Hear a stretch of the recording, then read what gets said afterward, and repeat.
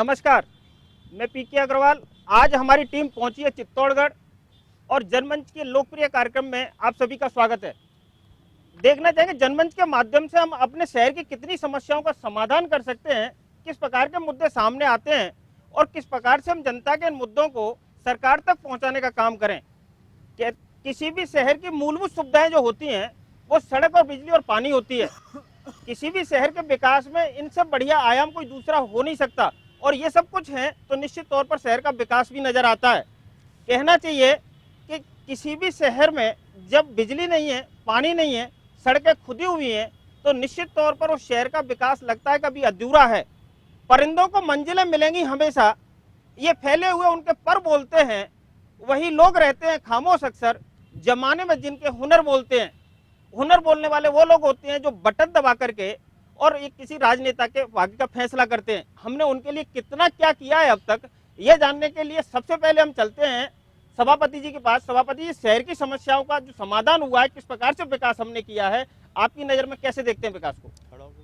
चित्तौड़गढ़ नगर परिषद ने पिछले 2 साल से अपना ये कार्यकाल संभाला है और जिस तरह से समस्याओं का एक अंबार उस समय था, शहर की सड़कें जिस तरह से खुदी हुई थी और पिछले कार्यकाल का जो ये रूडीप का जो कार्यक्रम था, रूडीप की जो लाइनें डली है उसके कारण से जो सड़कें वास्तव में खुदी हुई मिली, वह हमारे पास एक चुनौतीपूर्ण कार्य था। लेकिन राज्य सरकार के सहयोग से, विधायक साहब, सांसद साहब के सहयोग से हमने जिस तरह से उस कार्य को और जो है गति प्रदान की है और जिस तरह से सीवरेज का काम हमने हमारे कार्यकाल में तीव्र गति से कराया है और पुनः सड़कों का रिपेयरिंग कराना, नवीनीकरण कराना, आज मैं चित्तौड़ के इतिहास में पहली बार ये कह सकता हूँ कि हमारे चारों ओर जो एंट्री की जो रोडें हैं वो 4 लेन की तरह और जो डिवाइडर लगा करके चौड़ी हो रही है। विजन कॉलेज वाली रोड हो, चंदेरिया वाली रोड हो, चाहे अपने कपासन वाली रोड हो और अभी तत्काल जो है हमारे यहाँ ये सेमलपुरा वाली रोड है, कोटा रोड है, ये चारों रोड है जो हमारे जो है विस्तृत होकर के जो है नवीनीकरण इनका हो रहा है। हमने शहर में विभिन्न, भले प्रधानमंत्री जी की योजनाएं हो, मुख्यमंत्री जी की योजना है, सारी योजनाओं का जो जिस तरह से एक जाल फैला करके जिस तीव्र गति से उन योजनाओं को हमने लागू किया है, भले वह मुख्यमंत्री जन आवास योजना हो, चित्तौड़गढ़ नगर परिषद के इतिहास में पहली बार हमने 504 मकानों का जो है मुख्यमंत्री जन आवास योजना को के अंतर्गत और राजीव आवास योजना के अंतर्गत जो है 496 मकानों, कुल मिला के 1000 मकानों का नगर परिषद द्वारा जो है निर्माण कार्य अभी प्रोग्रेस पे है। और उनमें से मैं कह सकता हूँ कि अभी जो मुख्यमंत्री आवास योजना के 496 मकान उनका हम आवंटन कर चुके हैं।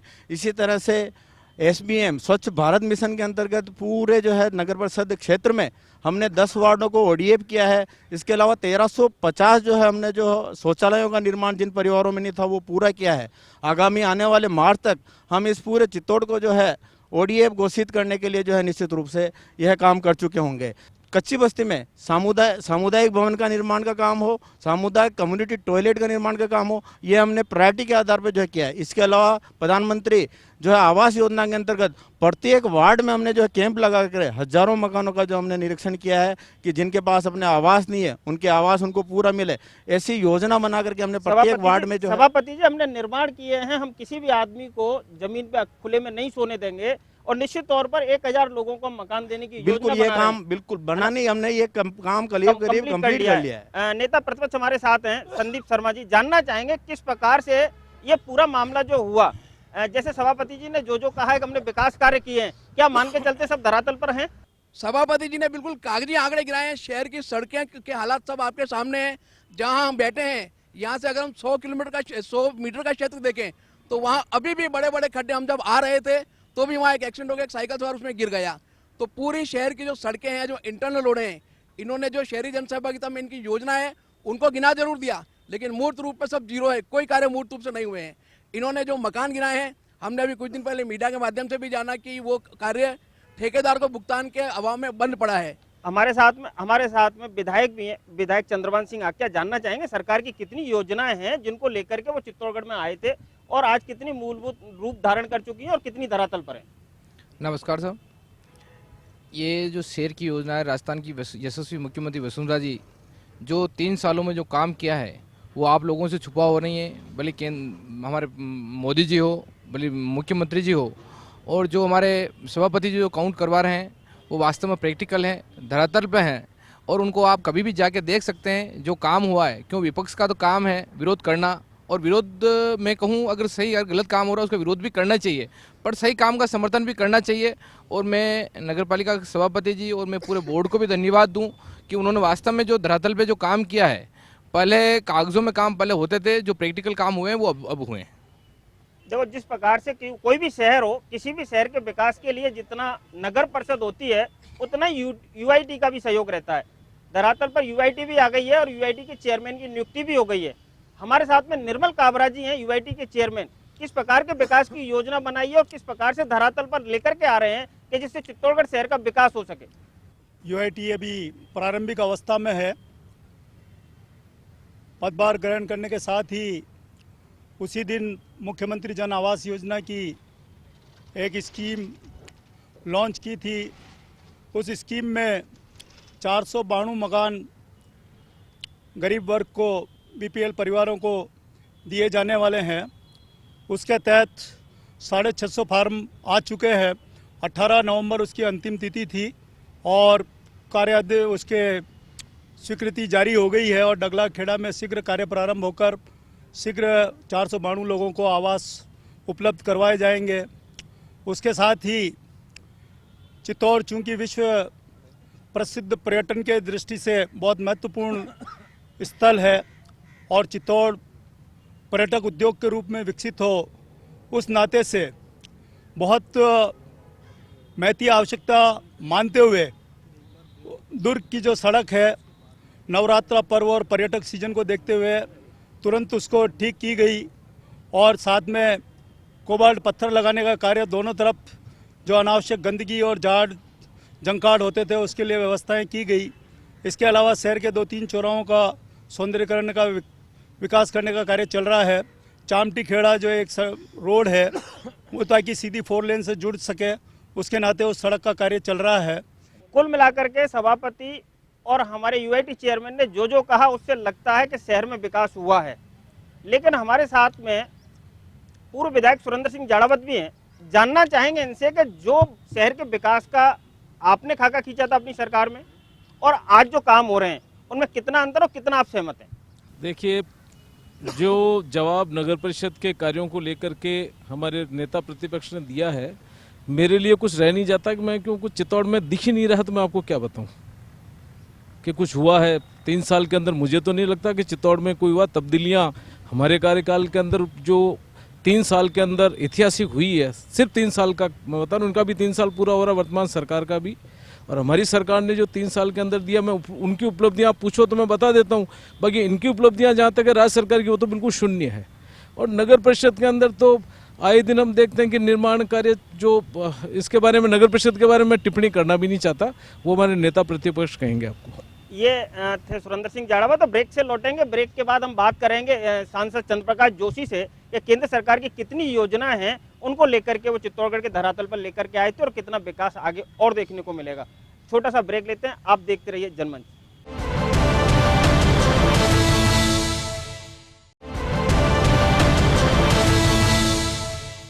ब्रेक के बाद आपका स्वागत है।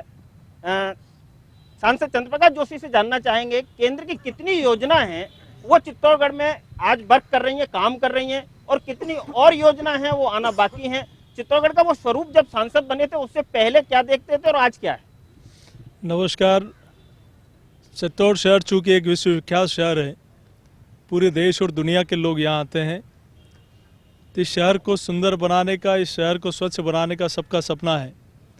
और मैं धन्यवाद देना चाहता हूँ सरकार का कि इस शहर को, जो देश के जो शहर सेलेक्ट किए उसमें अमृत सिटी में शहर को चुना गया और उसमें सीवरेज और पानी की समस्या और पार्क डेवलप करना, इन सारी योजनाओं को मूर्त रूप देने का काम शुरू हुआ है। उसके बाद IPDS योजना में 33.6 करोड़ 33 करोड़ से ज़्यादा का काम, चाहे मीरा नगरी में GSS हो, चाहे अब सैती में एक GSS बनेगा, जितने हाई टेंशन तार, झूलते तारों को हटाने का काम हुआ है। हॉस्पिटल में 24 आवर्स सिंगल फेस लाइट मिले, इस प्रकार की व्यवस्था गांधीनगर से सैती और इस सारा काम हुआ है। चित्तौड़ का विश्वविख्यात दुर्ग है, उसमें शुरू से हमने फोकस करके काम किया और अभी तक लगभग 11-12 करोड़ के काम स्वीकृत हुए हैं। अभी कुछ दिनों पहले मीडिया में आया था कि 2 नहीं 20 करोड़ चाहिए, किसी में आया 100 करोड़ चाहिए। हमारा प्रयास ये रहेगा कि आने वाले समय में हेरिटेज सर्किट में इसको जोड़ दिया गया है, उसमें लगभग 16 करोड़ का उसमें काम आने वाला है। एक IOC में मैंने प्रपोजल दिया है, उसमें 10 करोड़ का काम आने वाला है। और एक प्राइवेट कंपनी जिसमें CEO मेरे एक परिचित है, उनसे हमने बात की तो उन्होंने पूरे फोर्ट पे flood light, solar light and golf car, इन सबको उनकी कंपनी की तरफ से उनकी टीम भी आके विजिट करके हमने जगह भी बता दी कहाँ फ्लैट्स लगेगी, वो काम होगा डेफिनेट। और वहाँ रोडों को चौड़ी करने की भी परमिशन हमने मिनिस्ट्री में भेज दी है। वहाँ पानी की टंकी की भी परमिशन चूँकि मिनिस्ट्री देती है, तो GM हमारे उसकी तरफ से एक प्रपोजल मिनिस्ट्री को चला गया है और जल्द ही उसकी सैंक्शन आ जाएगी, तो किले पे और भी डेवलपमेंट के काम होंगे। सेकेंडरी रेलवे का हमने शुरू से, अभी कुछ दिनों पहले हमने रेल मंत्री जी से मुलाकात की। चित्तौड़ स्टेशन को वर्ल्ड क्लास स्टेशन बनाने के लिए जब मैं मिला तो उन्होंने तुरंत ही सारे अधिकारियों को बुलाकर उन्होंने फाइल पे साइन कर दिए कि फर्स्ट प्रायोरिटी में चित्तौड़ स्टेशन को वर्ल्ड क्लास स्टेशन बनाना है। सेकेंडरी चित्तौड़ से नीमच डबलिंग का हो, चाहे रतलाम चित्तौड़ कोटा इलेक्ट्रीफाइड का काम हो, चाहे उदयपुर चित्तौड़ अजमेर इलेक्ट्रिफिकेशन का काम हो, ये 300 करोड़ के काम है। डबलिंग का 200 करोड़ का काम है। और भी जो नगर परिषद से संबंधित या अन्य से संबंधित काम है, हमारे स्वच्छ भारत अभियान के अंदर उस शहर को शौचालय शौच मुक्त कराने के लिए मैं धन्यवाद देना चाहता हूं इनको कि इनकी टीम ने कई वार्डों को तो RDF करा लिया। और चित्तौड़ शहर चूंकि हमारी सबकी जिम्मेदारी है, यहाँ पूरे देश विदेश के लोग आते हैं, उसको ODF कराने का काम कर जो रहे हैं। अभियान चलाया हुआ है ODF करने का जिले का 31 दिसंबर तक का लक्ष्य, हालांकि कब तक पूरा होता है देखने वाली बात है। निश्चित तौर पर लेकिन मैं उनको भी डेफिनेटली, लेकिन हमारे साथ पूर्व विधायक सुरेंद्र सिंह जाड़ा बताएं, आप नगर के बारे में कुछ नहीं बोलना चाहते, लेकिन अभी जो सांसद साहब ने कहा है, क्या मान के चलते हैं धरातल पे उतरा है? PK साहब, जो 3 साल में काम हमारी सरकार ने किया, मैं थोड़ी सी संक्षिप्त आपको जानकारी दूंगा। जो बड़े काम हुए, जो राज्य सरकार के स्तर के काम है, हम लोगों ने 2 तो पुल गंभीर बैरेज पे अतिरिक्त मंजूर करवाए और उनको पूरा करवाया। ये जो आप ओवरब्रिज देख रहे हो, ये हमारी सरकार का है। चंदेरिया का अंडर ब्रिज हमारी सरकार का है। हॉस्पिटल के अंदर जो अमूल चूल परिवर्तन किया, उसके अंदर आप हर वार्ड में घूमेंगे तो चित्तौड़ के अंदर हमने जो ऐतिहासिक काम हमारी किए, सरकार का एक वर्ड जो यूज कर रहे हैं आप, अक्सर कर जब सरकार चुन जाती है तो आम जनता की सरकार हो जाती है, ना वो कांग्रेस की रहती है, ना जनता BJP की सरकार है। मैं कांग्रेस सरकार बोल कहाँ रहा हूँ, कांग्रेस सरकार बोल कहाँ रहा हूँ मैं। तो हमारी सरकार ने जो काम किया है ना, बिजली के मामले में देख लो आप, 400 kV का मांदलदा ग्रिड, 2 132 kV के ग्रिड, एक 220 kV का ग्रिड, ये मैं सिर्फ 3 साल के बता रहा हूँ। 15 हमने 33 kV के ग्रिड मंजूर करवा दिए। हम लोगों ने स्विमिंग पूल मंजूर करा दिया। ये शहीद स्मारक आप देख रहे हो, ये हमारे टाइम का हमने 3 साल के अंदर पूरा करवा दिया। हमारे टाइम जो काम राज्य सरकार से जो हम लोगों ने लगभग, मैं आपको रिकॉर्डेड बता रहा हूँ, लगभग हम लोगों ने 1100 करोड़ रुपए की जो है वो काम जो है वो हमने लोगों ने मंजूर करवा दिए थे। ये आपको बताना चाहता हूँ कि ये हमारे 3 साल की उपलब्धियां हैं। आप अगर देखना चाहें तो बहुत बड़ी बड़ी उपलब्धियां हम लोग यहाँ पर लेकिन जो फिर है भी वो कहना चित्तौड़ को चाहिए दे ये लोग चुके ज्यादा हैं। लगी है, और ये लोग ODF ज्यादा जो आपने करवाए, लेकिन फीता इन्होंने काटे। ये फिर सुनिए तो मिला ना बस, इन लोगों को। हाँ मैंने कहा ना आपको, मैंने पिछली बार भी कहा आपको कि लेकिन फीते इन लोगों का काटेंगे। आरोप ये भी है कि सारे प्रस्ताव हमारे थे। आरओबी का प्रस्ताव हो वो इनका था, बेड़च नदी का प्रस्ताव हो वो इनका था, स्वीकृति आपके टाइम पे हुआ, बना आपके टाइम पे, लेकिन कार्यकाल इनका रहा। ये विधायक महोदय बैठे हैं, ये विधानसभा के अंदर प्रश्न उठा करके पूछ लें तो सारी हकीकत सामने आ जाएगी कि क्या था और क्या नहीं था। मैं उसके बारे में नहीं बोलना चाहता, लेकिन मैं आपको बताना, ये ODF है ना, ये सरकार को ODF लेके डूबेगी। मैं आपको और बता दूं, ये भी बता दूं आपको, ये चलना चाहेंगे नगर सड़कों की दशा देख लो। नगर मैं क्या बात, मेरे घर पे आके देख लो, मेरे घर की सड़क की क्या हालत है। हम लोग जो यहाँ से मुख्य द्वार सड़क से जब घर जाते थे, जब हमारी बिल्कुल सड़क जो है ना, पोखरना जी जिस प्रकार से संगठन बने हुए हैं अपने, संगठन किस प्रकार से सत्ता के साथ मिलकर काम कर रहा है, क्या आप उससे संतुष्ट हैं? बिल्कुल, जब से भारतीय जनता पार्टी की सरकार बनी है और जो संगठन का जो कार्य है वो पूरी तरह से हमारे विधायक साहब के साथ, सभापति जी के साथ, UIT चेयरमैन साहब के साथ और सांसद साहब के साथ मिलकर पूरी तरह से सत्ता और संगठन साथ रहकर सभी कार्य करवा रहे हैं। चाहे संगठन का कार्य हो, चाहे सरकार का कार्य हो, चाहे केंद्र सरकार की योजनाएं हो, चाहे राज्य सरकार की योजनाएं हो, दोनों योजनाओं को सत्ता और संगठन साथ मिलकर विकास कर रहे हैं और पूर्णतः विकास चल रहा है। और आने वाले समय में भी मुझे पूरा विश्वास है कि भारतीय जनता पार्टी की सरकार बनेगी। जिस प्रकार संगठन सत्ता की बात कर रहे थे, निश्चित तौर पर दोनों ही पार्टियों के संगठन काफी मजबूत हैं और सत्ता के साथ काम करते हैं। हम जनता के बीच में जाना चाहेंगे, जो विकास कार्य हुए सभापति जी गिना रहे हैं, उनसे कितना संतुष्ट हैं आप लोग? इस विकास कार्य से हम 100% संतुष्ट किस हैं। प्रकार का विकास कार्य हुआ है?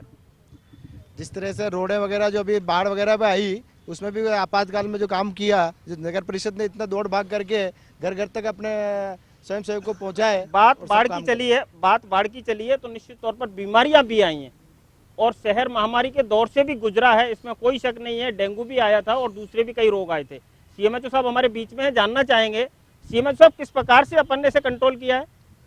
जिससे से हमारे बाढ़ जिस समय आई थी और बाढ़ के समय जिस तरह से चारों तरफ पानी पानी हुआ था, क्योंकि हमारी जो मौसमी बीमारी जो होती हैं या वाटर बॉर्न डिजीज़ जो होती हैं, वो हमारे उस समय के जाने के 10 से 15 दिन बाद होना शुरू होती हैं और जो हमारे सामने अभी भी आ रही हैं। मैं सभी का धन्यवाद करना चाहूँगा। और इस जो बाढ़ से पीड़ित बाढ़ से जो हमारी बीमारियाँ आईं, ऐसे तो नहीं लगा कि हमारे कहीं जो वाटर कंटामिनेटेड है, अंडरग्राउंड जो हमारी घरों की वाटर सप्लाई है, वे सभी हमारी सुरक्षित रहीं। हमारा सबसे बड़ा ये रहा कि पानी बह जाने के बाद जो हमारे आसपास खड्डों में और आसपास हमारे घरों में जो पानी एकत्रित रहा, और उसका परिणाम ये हुआ कि मच्छरों की जो कुछ तादाद इन दिनों बढ़ती है और बाढ़ के होने की वजह से कुछ ज़्यादा ही इस बार बढ़ी है। उस तरफ से हमारे चिकित्सा विभाग ने चारों तरफ पूरे ज़िले में हमारी जो रैपिड रेस्पॉन्स टीम बनी हुई है, सभी पीएचसी सामुदायिक स्वास्थ्य केंद्रों पर, ब्लॉक खंड क्षेत्रों पर, जिला लेवल पे भी हमारी टीम बनी हुई है। और इसके जो हमारे संसाधन हैं, दवाइयों की सभी प्रकार की उपलब्धता हमारे यहाँ पूरी सुनिश्चित की गई। और मैं सभी जो यहाँ आए हुए जनप्रतिनिधि और जो इन भाग ले रहे हैं, सभी का मैं धन्यवाद चाहूँगा कि हमारी इस मौसमी बीमारियों को लड़ने में सभी का सहयोग हमें प्राप्त हुआ। अब वक्त हुआ है ब्रेक का, ब्रेक के बाद लौटेंगे तो जानना चाहेंगे जिलाध्यक्ष महोदय से किस प्रकार से संगठन को चला रहे हैं। आप देखते रहिए ईटीवी राजस्थान।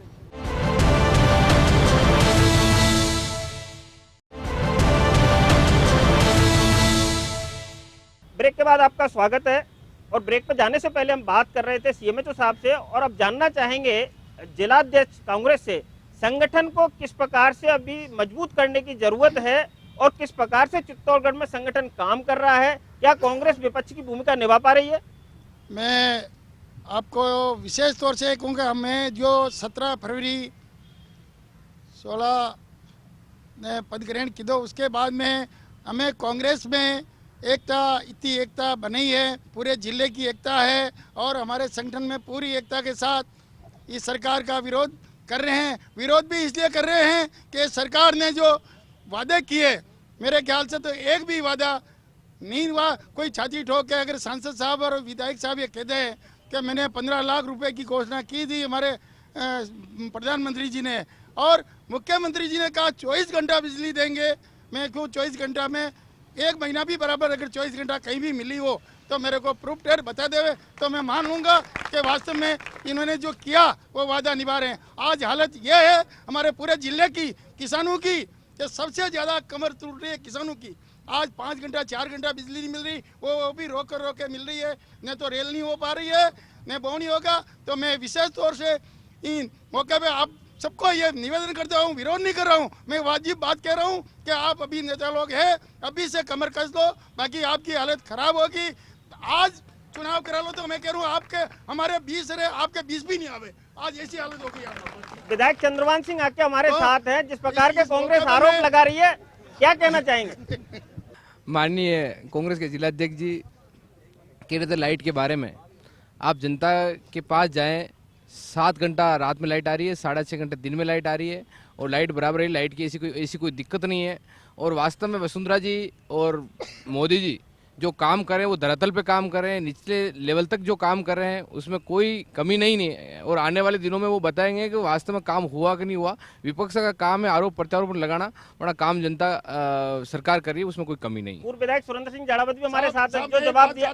7 घंटे बिजली आप एक्शन एजेंट से हमारे को एक ही कहला दो कि 7 घंटे फला फीडर पे हमें 3 फेस दे रहे हैं, तो मैं मान लूंगा कि विधायक साहब ने बिल्कुल सही किया। बिल्कुल नहीं, एक ही एक्शन से कहला दो मेरे को, मैं बस मान लूंगा, फिर एक्शन को पकड़ेंगे, आपको नहीं किया। मैं वर्तमान सांसद साहब, विधायक महोदय सभी विराजे हैं, कहना चाहूँगा कि जब पिछले कार्यकाल में विद्युत तंत्र इतना मजबूत हो गया, सभी जगह सब फीडर लग गए, तो किसान को अभी तक दिन में बिजली क्यों नहीं दी जा रही है? उसके दोनों फीडर, दोनों जो रात को आप बिजली देने की अभी बात कही, आप जैसे फरमा रहे थे कि भाई 7 घंटा लाइट दी जा रही है, रात को 10 से 4 बजे तक लाइटें आ रही है, दिन में 1 घंटा आ रहा है, 10 से 4 आप गिन सकते हैं कितने घंटे होते हैं। मैं विधायक जी से और जो विराजमान सांसद साहब से उनसे यही कहना चाह रहा हूँ, जब फीडर आपने सब विद्युत तंत्र इतना मजबूत हो गया तो आप किसानों को दिन में बिजली क्यों नहीं दे रहे? दोनों फीडर आप दिन में क्यों नहीं दे रहे? ये कह रहे हैं वास्तव में सही बात है, रात को 10 से 4 बजे तक लाइट दे रहे हैं, 6 घंटा रात में दे रहे हैं, और दिन में पानी के लिए, पीने के लिए 1 घंटा दिन में दे रहे हैं, वो 6 घंटा रात के और एक घंटा दिन को मिलाकर 7 घंटा हो गए, उनकी बाई प्रूफ हो गया, ये आपके सामने है। और दिन में भी 6.5 घंटे लाइट आ रही है, इसमें कोई कमी नहीं है। आप कभी भी किसी भी IN एक्शन को बुला के पूछ ले, और कहीं कमी आ रही हो तो आप मेरे को बताएं, उसकी मैं पूरी करवाऊंगा। पूर्व विधायक एक मिनट आप रुकिए। पूर्व विधायक सुरेंद्र सिंह जाड़ावत हमारे साथ हैं। जिस प्रकार से बिजली का आरोप लगता रहा है, ये कांग्रेस शासन में भी रहता था कि रात को लाइट आ रही है, कभी जब भी दिन में कराया करते थे, आज भी रात को आ रही है, तो ये आरोप तो बराबर हो गए। अब लाइट आने जाने की बात है, उसको क्या कहना चाहेंगे? ना, ये मैं आपको इसमें करेक्ट करूंगा पीके साहब। शुरुआत में ये दिक्कत थी, 1 साल 1.5 साल तक ये दिक्कत रही। उसके बाद में हमने दिन को बिजली देने के लिए ही ये सारे ग्रिड जो मैंने आपको बताया अभी कि 15 ग्रिड हम उस वक्त 3 साल के अंदर बना चुके थे। 132 kV के 2 बना चुके थे, 220 का हम बना चुके थे। ये सारे के सारे हम लोग जब बना चुके थे तो हम लोग, हमारे टाइम पे आप पूरा सर्वे आपकी ETV टीम जाकर कर ले, गाँव में दिन को बिजली मिलती थी, और दिन में बिजली 8-8 घंटे, 10-10 घंटे, 12-12 घंटे, 18-18 घंटे बिजली किसानों को मिली है। और किसान बस संतुष्ट था, नहीं तो किसान तो सड़कों पे आ जाता। अब आप थोड़े समय देखना, इस बार बारिश अच्छी हुई है, 3 साल बाद अच्छी बारिश हुई है, तो आप देखना कि किसान को पानी की ज़रूरत है। रात को ठंड के अंदर जाकर के किसान वहाँ पर खेत के ऊपर जो है वो रेलनी के अंदर लगा हुआ है, सर्दी और बढ़ेगी, तब आप देखना कि किसान का आक्रोश किस तरह से उभर करके आएगा। हमारी मांग है कि आप दिन को बिजली दो, नहीं तो कांग्रेस पार्टी जो है बहुत बड़ा आंदोलन भी इस किसानों के हित में छेड़ेगी। कांग्रेस को तो आंदोलन करना भी चाहिए, क्योंकि कांग्रेस इस वक्त विपक्ष में बैठी है और आंदोलन नहीं करेगी तो पता कैसे चलेगा विपक्ष मजबूत है। MP साहब, जिस प्रकार से आरोप लग रहे हैं लाइट के, क्या मान के चलते हैं राजस्थान में जिस प्रकार की लाइट की स्थिति है और चित्तौड़गढ़ में खासकर, क्या मानते हैं आप? देखिए, पूर्ववर्ती सरकार ने 15,000 करोड़ का जो घाटा था राजस्थान में, उसको 5 वर्षों के अंदर 85,000 करोड़ पे पहुंचा दिया। और मैं राजस्थान के यशस्वी मुख्यमंत्री का धन्यवाद देता हूं कि उन्होंने 60,000 करोड़ का अपने बजट में से उदय योजना के अंदर भारत सरकार और राजस्थान सरकार ने सिर्फ अपने बजट को, बाकी बिजली कंपनियां फेल हो जाती और पूरा तंत्र फेल हो जाता, पूरे राजस्थान के किसानों को नुकसान होता, अपने बजट का पैसा डाइवर्ट करके किसानों के हित में इन बिजली कंपनी को जिंदा रखने का काम किया।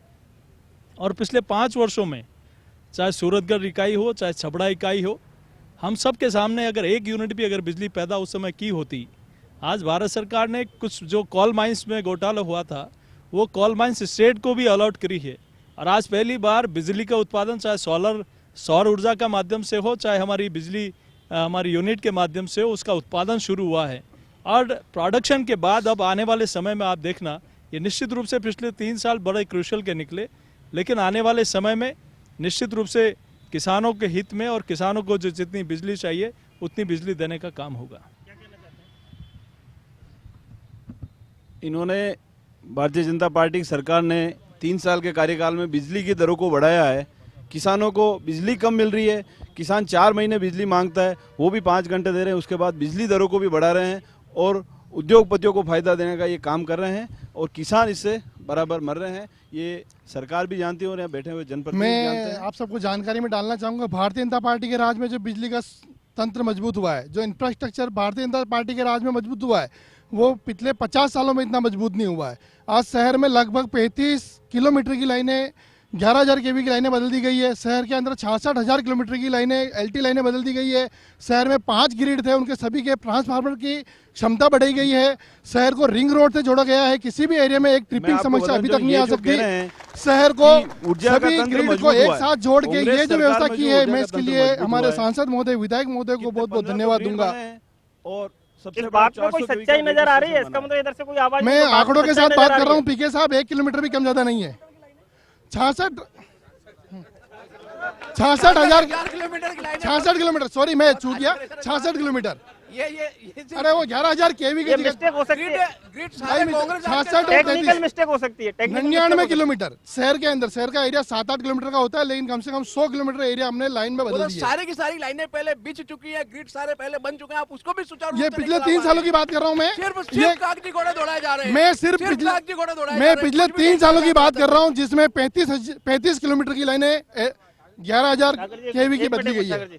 सभापति महोदय साहब ने कहा स्वच्छता अभियान में हमने ये किया, वो किया, फलाना किया। 3 साल में मैंने आपको एक काम के लिए कहा, वो था कपासन चौराहे से लेके जिन तक सार्वजनिक मूत्रालय के लिए, जो आज तक नहीं बना। क्यों अपन इतनी बड़ी बड़ी बातें कर रहे हैं, मेरे ये समझ में नहीं आता। लाइट की बात चल रही थी। लाइट की बात पे मैं कहना चाहूंगा, आजादी के बाद 50 साल कांग्रेस का राज रहा। आज भी देश में ऐसे गांव थे जहां लाइट नहीं पहुंची। पहली बार नरेंद्र मोदी जी ने और वसुंधरा जी ने ऐसे गांव में रोशनी पहुंचाई है। आप अखबारों में रोज देखते होंगे, पहली बार बिजली पहुंची है। और शहर की बात ये कर रहे हैं, शहर में मैं बता दूं, अस्पताल में सीधी लाइन पहुंच गई है, 24 घंटे बिजली आती है। शहर में ऐसे बहुत से स्थान है जहाँ सीधी 24 घंटे लाइटें आ रही है, अलग से लाइनें बिछा दी गई है।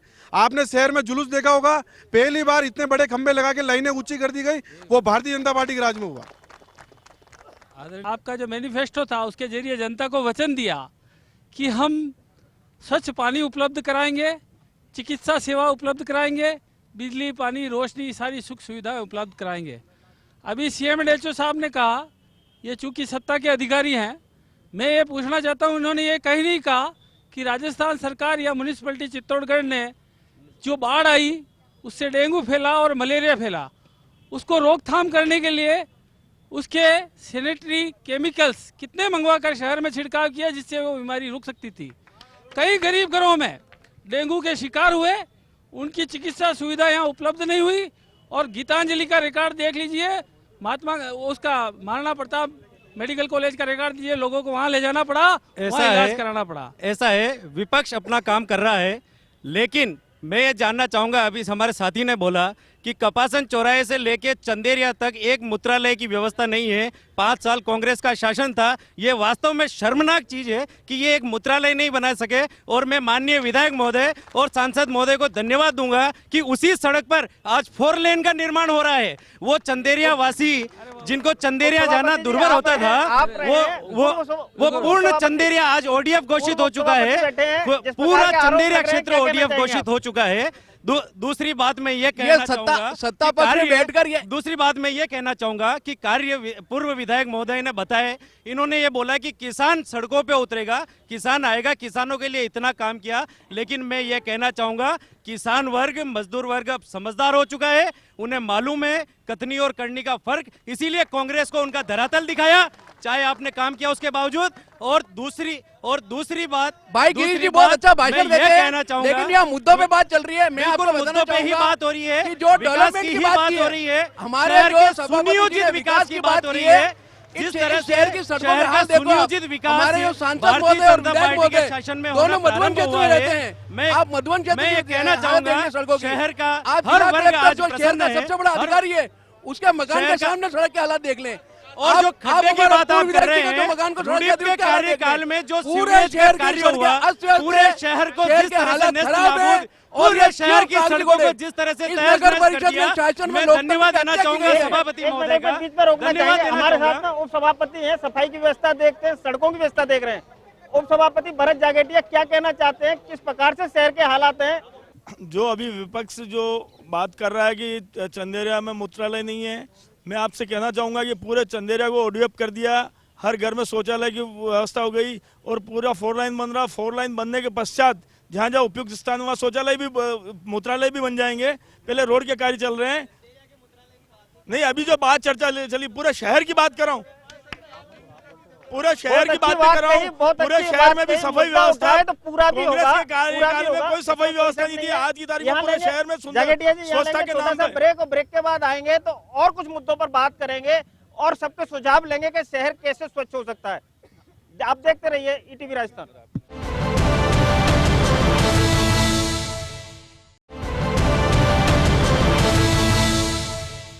ब्रेक के बाद आपका स्वागत है। अब जानना चाहेंगे किस प्रकार से और मुद्दे जो बचे हैं जिस प्रकार से अभी एक बात उठ के आई थी सामने का, एक मूत्रालय नहीं बना है, वो भी बनाया जाएगा, शौचालय शहर में और बनेंगे, जिस प्रकार का आश्वासन दिया गया है। निश्चित तौर पर कैलाश जी, आप क्या कहना चाहते हैं? नमस्कार। अभी जो बताया कि कांग्रेस के टाइम मूत्रालय नहीं बने थे, लेकिन मैं आपको बता दूं, हमने कभी खुले में शौच मुक्त की बात नहीं कही थी, इसलिए खुले में सब मूत्रालय पे जा रहे थे। और आपने कैलाश जी सुना और आपने सोच, कैलाश जी शायद आपको ध्यान नहीं है, आपको ध्यान नहीं है, मैं बता रहा हूँ बात, आपके प्रधानमंत्री का ये अभियान है और वही कंटिन्यू चला रहा है। तो ये सोच मुक्त की बात की है, तो आपको बताऊं मैं, आप लोगों ने जो लेटरिनें बनाई है, हाँ एक मिनट, आप सोच मुक्त की बात कर रहे हैं। अभी चंदेरिया में मेरे वार्ड में खुद 100 लेटरिनें बनी है, लेकिन हालत ये है कि उसमें कोई जा नहीं सकता है। जावे कहाँ से? वो गंदगी आवे तो निकाले कहाँ से? उसके अंदर जो सोच के लिए जो टैंक चाहिए, टैंक नहीं है, वो कहाँ से बनाएगा? वो खाली बना के छोड़ रखा है, उसमें लोग कोई सोच में नहीं जा रहे, उनको बाहर जाने को मजबूर हो रहा है, और आपने उसके लिए कोई आधा अधूरा छोड़ दिया है। आप जाके देखें, आप खुद आपने। और चंदेरिया में ऐसी हालत हो रही है, कम से कम जो हमारा वार्ड है उसके अंदर तो लोग घर, मतलब इस गंदगी से उनको मलेरिया, हैजा और ये हो रहा है। एक व्यक्ति तो मर भी चुका वहाँ पे चंदेरिया में। इतनी गंदगी हो रही है, आप खुद जाके देखो वहाँ पे क्या हो रहा है। और हर वहाँ पे लोगों का है ना, नरकी जीवन जी रहे हैं वो। आप कभी देखो, आप जाओगे तो आपके सभी की आंखों में आंसू आ जाएंगे, वो किस जीवन में जी रहे हैं। लेकिन कभी आपने उसके ऊपर गौर नहीं किया। चंदेरिया में हमने जो स्पेशल सफाई के लिए अभियान चलाया है, अगर कोई दिक्कत थी आपने बताया होता तो निश्चित रूप से उसका कई बार समाधान बताया, कई बार बताया, नहीं कभी नहीं बताया, कभी नहीं बताया, आज तक नहीं बताया। और इसके अलावा चंदेरिया में हमने जो है जितने विकास के काम हमने इन 3 सालों में कराए हैं, आज दिन तक चंदेरिया में इतने विकास के काम नहीं हुए। हर एक वार्ड में पर्याप्त विकास के काम चंदेरिया में हमने कराए हैं। इसके अलावा मैं कह सकता हूँ कि शहर में जिस तरह से आपका जो विरोध का ये जो है एक तरीका है, ये ठीक है। किसानों की कोई समस्या है? एक मिनट, क्या कहना चाहते हैं? एक मिनट। कैलाश जी, आप भी 25 सालों से पार्षद हैं और लगभग 10 वर्षों तक आप भी सत्ता में रहे नगर परिषद की। अगर निश्चित रूप से अगर आपको चंदेरिया क्षेत्र की चिंता होती और आपके कांग्रेस पार्टी निश्चित रूप से धरातल पर चिंता करती, तो आज हमको ओडीएफ मुक्त के लिए हमें वहाँ प्रयास नहीं करना पड़ता, आज वहाँ सफाई के लिए हमें प्रयास नहीं करना पड़ता। अगर चंदेरिया में अगर किसी ने सफाई कराई है तो वो भारतीय जनता पार्टी ने, एकमात्र भारतीय जनता पार्टी ने कराई। अगर वहाँ चंदेरिया में अगर कहीं विकास हुआ तो केवल मात्र और मात्र भारतीय जनता पार्टी के राज में हुआ। आज अगर उसको 4 लेन से जोड़ने की अगर बात की तो केवल भारतीय जनता पार्टी ने की। कांग्रेस राज ने अगर किया तो केवल और केवल गरीबों के साथ छलावा करके और केवल सिर्फ वोट हथियाने का काम किया। उसके अलावा कांग्रेस पार्टी ने कभी विकास के मुद्दे पर कभी बात करना उचित नहीं समझा। किसान हितैषी जो सरकार बनाना चाह रही है कि किसानों के हित में बात कर रहे हैं। मैं बता दूं, पिछले कार्यकाल में गिरिजा जी ने के नेतृत्व जहाँ सांसद थी, वहाँ कितने किसानों ने कलेक्ट्रेट पर धरने दिए, लेकिन अफीम के पट्टे नहीं मिले। लेकिन इस वर्ष पूरा चित्तौड़ जिलों के बहुत सारे अफीम के पट्टे मिले। यह है किसान सरकार। बस मैं इतना सा कहना चाहूंगी कि अब विपक्षी पार्टी के पास कोई मुद्दे नहीं रहे तो अब गिने चुने ना जाने कोई भी मुद्दा लेके बैठेंगे। अब ये तो देखो, मेरा तो ये सोच है 20-25 साल आप शांत आराम से विराजो, हमको भी थोड़ा बहुत काम करने का चांस दो। आपने 50 साल राज किया, उसमें कमी पेशी हमको भी पूरा 60 साल, चलो 60 साल मान लो, छोटा मोटा 60 साल। लेकिन है ना, आपको याद होगा जब किसानों के हित की बात कर रहे हो, किसानों के हित की जो बात कर रहे हो, तो यहाँ आपको ध्यान होगा, बहुत दिन पहले की बात है, यहाँ किसान कितने डेरे डाल के सर्दी में बेचारे पड़े रहे, उनको कोई पूछने वाला ही नहीं कि क्या काम है। अब जब सीपी जी ने इतनी मेहनत करके सबको किसानों को जिंदा रखने की सोची, आज इनके ग्रामीण की जो किसानों की बातें कर रहे हो ना, ये कहने की बात आपकी गलत है। हम लोगों ने भी देखा। मैं पिछली सरकार के विकास कार्यों का दावा कर रहे पूर्व विधायक साहब से सिर्फ यह पूछना चाहता हूँ कि आपने ये ओवरब्रिज का डिजाइन कहाँ से बनवाया? चित्तौड़ में रोज एक्सीडेंट होते हैं, रोज इसका ऐसा माहौल हो रहा है, रोज एक्सीडेंट होते हैं, इसका ओवरब्रिज का डिजाइन कहाँ से? इसके बाद आएगा 60 साल से राज करने वाली ये कांग्रेस पार्टी आज अपने अस्तित्व की लड़ाई लड़ रही है। इससे ज्यादा शर्मनाक क्या होगा? ये कहीं न कहीं इनकी कमी को दर्शाता है। आरोप प्रत्यारोप का काफी लंबा दौर चल रहा है। इस बीच में मैं वापस मुद्दे पे आना चाहूंगा। उप सभापति जी जो स्वच्छ भारत मिशन अभियान को देख रहे हैं शहर में, उनसे मेरा एक प्रश्न है और उसके पश्चात एक सुझाव भी है। प्रश्न ये है कि सभापति महोदय ने कहा कि 200 बड़े कचरा पात्र लगाए गए हैं और 400 छोटे लगाए गए हैं। मैं उनसे ये पूछना चाहूँगा कि क्या वह स्थायी थे या डिस्पोजेबल थे, क्योंकि अधिकांश क्षेत्रों में जो कचरा पात्र लगे हैं बड़े तो यथावत हैं जो ओवरफ्लो हो चुके हैं, और छोटे अधिकांश आपको मीरा मार्केट में जो आपके नगर परिषद के नज़दीकी है वहाँ के 3 स्थान मैं आपको बताना चाहूँगा। प्याऊ के पास जो 2 डस्टबिन लगे थे वहाँ सिर्फ स्टैंड बचे हैं। चंदेरिया अंडरपास के वहाँ जाते हैं तो वहाँ मौके पर ही जो कचरा पात्र छोटे लगे थे वहाँ भी मात्र स्टैंड बचे हैं। आप पन्नादह bus stand private bus stand पे जाएंगे वहाँ भी मात्र स्टैंड बचे हैं, और कहीं पे आवारा पशु उनको बाहर कचरा निकाल के फिर से बिखेरने में लगे हैं। दूसरा मेरा एक सुझाव है कि कुछ महापूर्व मुख्यमंत्री महोदय के आने से पूर्व बांस की खरपच्चियां लगाकर जो खाली स्थान है उन्हें कवर किया गया है। वह भी अच्छा है कि शहर सुंदर दिखे, लेकिन हम हमारे शरीर को सुंदर रखने से पहले अंदर से भी उसको स्वच्छ सुंदर और मजबूत रखना बेहद जरूरी समझते हैं।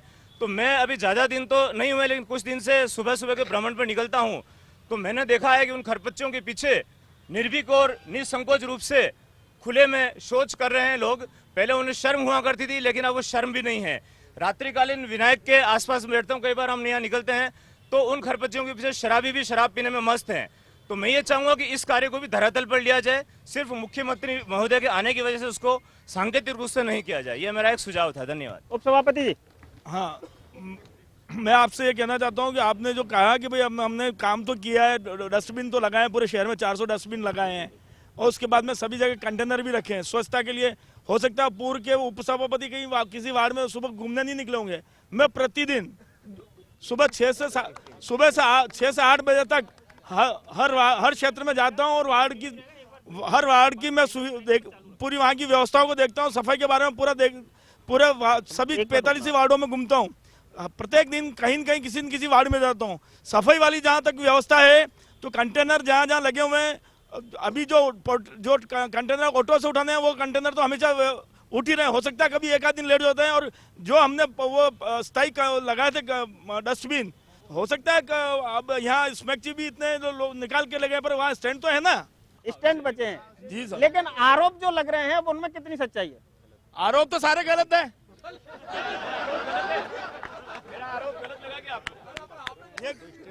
साहब मैं अच्छी बात पीके अग्रवाल साहब, मैं तो ये कह रहा हूँ पिछले कार्यकाल को भी देख लीजिए नगर परिषद के, उसमें कितनी सफाई शहर में रहती थी उसको भी देख लीजिए। आज की तारीख में जो सफाई शहर की हो रही है उसे भी तुलनात्मक कीजिए आप, तो आपको लगेगा कि शहर में सफाई की व्यवस्था कैसी है। और मोदी जी के स्वच्छता अभियान को लेकर विशेष तौर से जागरूक भी हम। अभी जो उप सभापति महोदय ने पिछले कार्यकाल की, तो पिछले कार्यकाल में चित्तौड़ शहर की सफाई व्यवस्था राजस्थान के सबसे अच्छे शहरों में से एक थी। मैं आपकी जानकारी के लिए बता दूं। और दूसरा, आपने जो कहा है कि पहले उप सभापति खुद नहीं घूमते थे, तो कोई जरूरी नहीं है कि आदमी घूम के, हर आदमी का विजन होना चाहिए। जो आदमी जनप्रतिनिधि है उसकी एक सोच होनी चाहिए, उसका एक विजन होना चाहिए, और उसकी एक प्रशासनिक क्षमता होनी चाहिए कि वो अपने चैम्बर में बैठकर शहर का अधिकारी से काम करा सके। क्योंकि आप सक्षम नहीं है कार्य करने में, इसलिए आपको मौके पे जाके सफाई कर्मी से कार्य करना पड़ता है। आपका इंटरेस्ट सफाई कर्मियों के नियंत्रण में ज्यादा है, कार्य व्यवस्था और सफाई सुधारने में नहीं है। संदीप जी पीछे कुछ। यहाँ पर अभी स्वच्छता की बात हो गई, सफाई की बात हो गई, अमृत सिटी की बात हो गई, मगर यहाँ पे शिक्षा की बात किसी ने नहीं की। यहाँ पे विधायक महोदय जी, सांसद महोदय बैठे हुए हैं। मैं इनसे एक सवाल पूछना चाहता हूँ कि चित्तौड़ में जो पूर्ववर्ती सरकार ने मेडिकल कॉलेज दिया था उसकी आपने ही मांग उठाई थी, मगर वो भी ठंडे बस्ते में डल गई। मंत्री महोदय आए, उनसे मांग उठाई गई, उन्होंने घोषणा की कर देंगे, मगर उसको अभी तक पूरा नहीं किया गया। शिक्षा के क्षेत्र में कोई विकास नहीं हो रहा है। आप बताएं शिक्षा के क्षेत्र में क्या विकास किया गया जो मेडिकल कॉलेज चित्तौड़ में होते हुए अभी वापिस से यहाँ से चला गया? पूर्ववर्ती सरकार ने मेडिकल कॉलेज की जो घोषणा की थी, मेडिकल कॉलेज कोई हवा में नहीं बनता, उसके लिए 200 करोड़ का बजट चाहिए। अगर पूर्ववर्ती सरकार ने उसकी घोषणा की होती और उसका बजट भी दे दिया होता तो ये आज कार्य मूर्त रूप में रहता। खाली चुनाव के समय थोती घोषणाएं करने से कोई चीज़ बनती नहीं है। खाली आपको उसके लिए बजट आवंटित कराना था और उसको मेडिकल कॉलेज बनाना था। साथ ही मैं आपके जानकारी में देना चाहूँगा कि जो मुद्दा आपने उठाया है एक कलेक्टर के सामने बंगले के सामने, कलेक्टर साहब के बंगले के सामने खड्डे का, वो पूर्ववर्ती सरकार में भी बात हो गई बन भी जाएगा, हो जाएगा। अब तो प्लीज एक बार ये बात हो गई। और सारा कॉलेज जरूर ए ग्रेड हो गया शिक्षा के क्षेत्र के लिए। अगर जानकारी चाह रहे हैं तो उनके लिए बता दूं, और नवोदय स्कूल के बजट और साथ ही सेंट्रल स्कूल दादा, वो के लिए UGC बजट का आ चुका योगदान है, है। और उसका भी कार्य चालू हो चुका है। वो यूजीसी का योगदान है, उसके लिए एक टीम गठित हुई थी। पूर्व विधायक सुरेंद्र सिंह सर, जाड़ावर, पूरी टीम गठित हुई थी। वो पूर्व विधायक सुरेंद्र सिंह जाड़ावर। देखिए, मेडिकल कॉलेज राजस्थान की विधानसभा के अंदर घोषित हुआ है 15 मेडिकल कॉलेज। उसमें चित्तौड़ शहर भी था। चित्तौड़ के अंदर मेडिकल कॉलेज खोला जाए, इसकी घोषणा माननीय मुख्यमंत्री महोदय ने बजट सेशन के दौरान की थी। और उसी के अनुरूप आज जो महिला बाल चिकित्सालय बना है, क्योंकि मेडिकल कॉलेज बनने के लिए आवश्यक है कि 300 बेडेड हॉस्पिटल एक ही परिसर में होना चाहिए। उसी के अनुरूप 15 करोड़ रुपया मंजूर करा करके महिला बाल चिकित्सालय वहाँ पे बनाया गया। बोजुंदा के पास में 20 हेक्टेयर ज़मीन वो देख करके राजस्थान सरकार को स्वीकृति के लिए भेजी। ये मेडिकल कॉलेज केवल 1 बीघा में नहीं बनता, बहुत लंबा चौड़ा उसका परिसर चाहिए, उसके लिए संसाधन की व्यवस्था चाहिए। राजस्थान सरकार ने जब घोषणा की है कि हम मेडिकल कॉलेज खोलेंगे तो उसके पास में बजट था, इसीलिए राजस्थान सरकार ने वो मेडिकल कॉलेज खोला था। लेकिन दुर्भाग्य की बात है कि यहाँ की जनता ने, जिले की जनता ने 5 विधायक महोदय दिए, सांसद महोदय दिए। आप क्यों नहीं मिल करके एक सकारात्मक काम क्यों नहीं करते? हमारी सरकार ने जो खोला, कम से कम उसको बंद तो मत करो। एमएलए साहब, मेडिकल कॉलेज क्या मान के चलते हैं? आपके रहते हुए मेडिकल कॉलेज की घोषणा सही थी? जो मेडिकल कॉलेज की घोषणा हुई वास्तव में चुनावी घोषणा थी, नहीं कोई बजट में लिया गया और नहीं कोई, अभी जो ज़मीन वाली बात करिए, अगर ज़मीन भी अलॉट हो गई तो आपके सामने है, नहीं तो कोई ज़मीन अलॉट हुई नहीं, सभी कागज़ों में है। केवल थोथी घोषणा है, चुनावी घोषणा है। और हम चाहेंगे उसको जल्दी हम उसकी मेडिकल कॉलेज बनाने के काम करेंगे। देखिए, कागज़ों के अंदर ही वो खोला जाता है। जब बजट बना तो बजट की किताब है, वो कागज़ों पे ही लिखा जाता है और वो आज भी स्थायी है। मेडिकल कॉलेज केवल आप चाहें कि 2 महीने में बनकर के तैयार हो जाए, वो नहीं होता है। अभी आपके जिला कलेक्टर महोदय, आपकी सरकार है, आप उसमें देख लीजिए कि बोजुंदा के पास में तत्कालीन जिला कलेक्टर महोदय ने हमने बना करके राजस्थान सरकार को प्रस्ताव भेजा या नहीं भेजा। ये भेड़ प्रजनन केंद्र की जमीन थी, उस जमीन को मेडिकल कॉलेज के लिए आवंटन कराना था। ये प्रक्रिया एक लंबी प्रक्रिया होती है। विधायक महोदय, आप स्वयं भी जानते हैं, उस प्रक्रिया से आप भी गुजर रहे हैं, तो उसमें एक लंबा समय लगता है।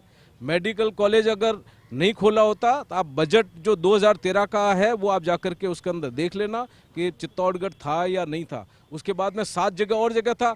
आप ये क्यों नहीं स्वीकार करते कि हमारी नाकामी थी कि 7 जगह, दूसरी जगह तो खुल गया लेकिन चित्तौड़ चला गया? ये क्यों नहीं स्वीकार करते आप? लाइए, आप ITI सावा का लेके आइए, सावा का ITI चला गया। भी जुड़े होते हैं। हमारे साथ में सामाजिक न्याय विभाग से हैं ओपी तोषनीवाल।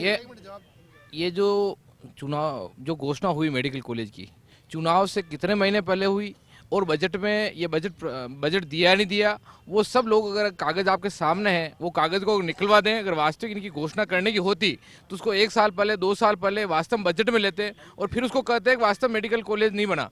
मैं तो यशस्वी मुख्यमंत्री वसुंधरा जी इसको 100% यहाँ कॉलेज खोलेंगे, इसमें कोई दो राय नहीं, और आने वाले दिनों में यहाँ मेडिकल कॉलेज होगा। उम्मीद की जानी चाहिए कॉलेज खुलेगा और अच्छी बात है। ये कॉलेज 2018 के चुनाव के बाद खुलेगा और हमारी सरकार संभाग के लोगों का विकास होगा। हमारे साथ हैं सामाजिक न्याय विभाग से ओपी तोषनीवाल जी। जानना चाहेंगे, शहर में अच्छे आयाम स्थापित हों, उनके लिए किस प्रकार के कार्य करने चाहिए? शहर में जहां विकास कार्यों की बातें हो रही है, वहीं सामाजिक सुरक्षा भी एक महत्वपूर्ण मुद्दा है। और ये राज्य का पहला जिला होगा जहां पर दिव्यांगजन, वरिष्ठजन और ऐसे अपाहिज लोग जो हमारे बहुत से कार्यालयों में नहीं आ जा सकते, उनके लिए रैंप के साथ साथ 3 लिफ्ट हमारे यहाँ निर्माण कार्य उनका प्रारंभ हुआ है। वो हमारे शहर के विकास के साथ साथ सामाजिक सुरक्षा के क्षेत्र में 4 चांद लगाएंगे। हमारे साथ एडीएम प्रशासन भी है। जानना चाहेंगे एडीएम प्रशासन से किस प्रकार से शहर के विकास का खाका तैयार किया गया है, कौन कौन सी योजनाएं जो पाइपलाइन में है और किस प्रकार का शहर देखना चाहिए, उसके लिए किस प्रकार की अपेक्षा करते हैं? इस बाबत काफ़ी चिंतन मनन होता रहता है।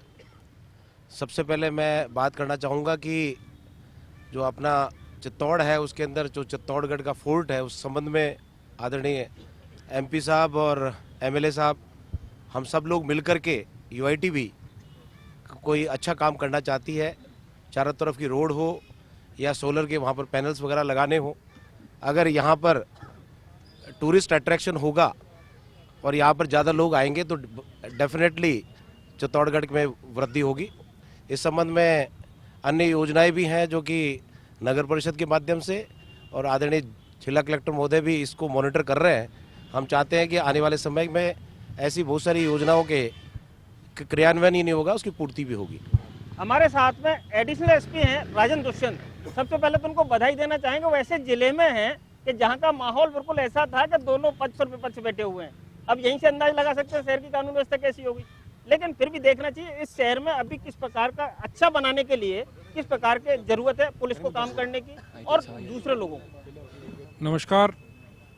किसी भी स्थान के या जिले के विकास के लिए ये अति आवश्यक है कि वहाँ की कानून व्यवस्था की स्थिति सामान्य रहे।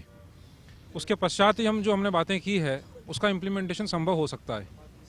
वर्तमान में जिले में कानून व्यवस्था की स्थिति सामान्य है और ख़ास तौर पर जनता का सहयोग जो पुलिसिंग के लिए इस ज़िले में मिलता है वो वाकई काबिल तारीफ़ है।